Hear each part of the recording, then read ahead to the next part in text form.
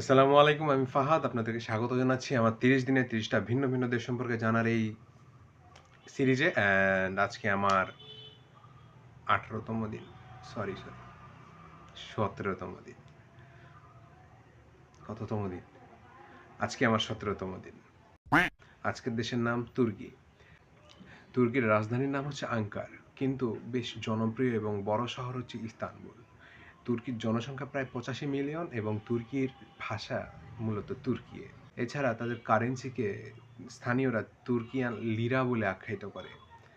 তুর্কি মূলত অটোমান এম্পায়ারের অংশ ছিল অ্যান্ড ১৯২৩ সালে মুস্তাফা কেমাল আতাতুর্ক বর্তমান টার্কি বা তুর্কিকে স্বাধীন রাষ্ট্র হিসেবে প্রতিষ্ঠা করে। তুর্কিতে ঘোরার মতো বেশ কিছু জায়গা রয়েছে, বিশেষ করে ইসলামিক মনিউমেন্ট এখানে অনেক রয়েছে, যেরকম ব্লু মসজিদ, যেটা ইস্তানবুলে অবস্থিত। এছাড়া সেখানে সাদা খনিজের পাহাড় রয়েছে। এই জায়গাগুলো দর্শনীয় স্থানের মধ্যে অন্তর্ভুক্ত।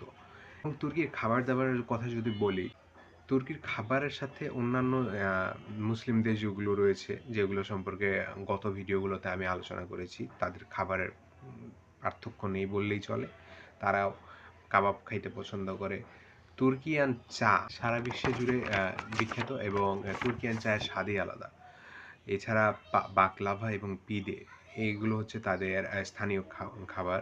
ঠিক আছে? তো এই ছিল তুর্কি। অ্যান্ড আপনাদের সাথে দেখা হবে পরবর্তী ভিডিওতে আরও একটা দেশ নিয়ে, যে দেশের নাম হলো লিবিয়া। দেখা যায় না, এনিওয়ে। তো লিবিয়া নিয়ে দেখা হচ্ছে খুব শীঘ্রই। ভালো থাকবেন, সুস্থ থাকবেন এবং রোজা রাখবেন। আল্লাহ হাফেজ। আসসালামু আলাইকুম।